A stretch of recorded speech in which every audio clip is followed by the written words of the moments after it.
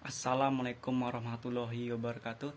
Perkenalkan, nama saya Ramadan Dwi Antoro Asari, NIM A1H1210003 dari Prodi Pendidikan Olahraga dan Kesehatan Fakultas Keguruan dan Ilmu Pendidikan. Di sini saya akan membuat tugas video kampanye dengan tema anti radikalisme. Dengan dosen pembimbingnya adalah Bapak Neldi Haryanto SPD IMA, dengan tutor pembimbingnya adalah Bang Muhammad Imam Arifin. Dan simak berikut videonya. Tahukah Anda, dengan populasi muslim 207 juta jiwa, Indonesia menjadi negara berpenduduk muslim terbesar di dunia. Seperti apakah wajah muslim Indonesia? Untuk mengetahui perspektif sosial keagamaan kalangan muslim Indonesia, pada akhir Maret 2016, Wahid Foundation dan Lembaga Survei Indonesia mengadakan survei di 34 provinsi. Hasil survei ini membuktikan bahwa wajah Islam Indonesia adalah wajah Islam damai dan toleran. Berikut ini adalah buktinya. Mayoritas Muslim Indonesia sebanyak 72% menolak tindakan radikal yang menyertakan kekerasan atas nama agama. 88,37% percaya bahwa setiap warga negara bebas memeluk agama dan keyakinan sesuai pikiran atau kesadarannya. 65,35% berpendapat bahwa negara harus melindungi setiap pemikiran yang berkembang di masyarakat. Dan lebih jauh lagi, dukungan kalangan Muslim Indonesia terhadap Pancasila dan nilai demokrasi ternyata luar biasa tinggi. 82,3% menyatakan bahwa Pancasila dan UUD 1945 amat sesuai bagi Indonesia. 67,3% menyatakan mendukung nilai demokrasi.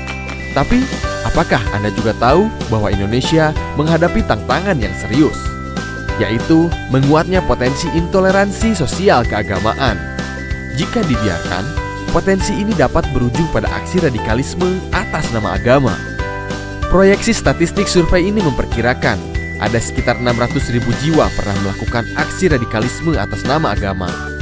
Sekitar 11 juta jiwa berpotensi untuk melakukannya bila ada kesempatan, hampir menyamai jumlah penduduk Jakarta dan Bali. Aksi radikalisme ini mencakup pemberian dukungan dana atau materi kepada organisasi radikal, sampai dengan melakukan penyerangan terhadap rumah ibadah pemeluk agama lain. Ingat, ini angka potensial hasil proyeksi, bukan angka aktual. Ada 3 hal yang berpengaruh signifikan atas potensi ini. 1. Pemahaman literalis atas konsep jihad yang dianggap harus menggunakan kekerasan. 2. Materi ceramah yang berisikan permusuhan dan kebencian. Dan ketiga, ketidaksukaan bahkan kebencian terhadap kelompok tertentu meskipun kelompok tersebut seagama. Tapi survei ternyata menemukan bahwa pendidikan, pendapatan, dan wilayah tempat tinggal di desa atau kota tidak berhubungan langsung dengan intoleransi dan radikalisme sosial keagamaan. Maka tantangan terbesar pemerintah saat ini adalah penegakan hukum yang tegas, terutama terhadap pelaku hate speech, memastikan kebijakan yang tidak diskriminatif dan memenuhi hak-hak warga negara yang dijamin undang-undang tanpa memandang agama, keyakinan, suku, ras, ataupun pilihan politiknya.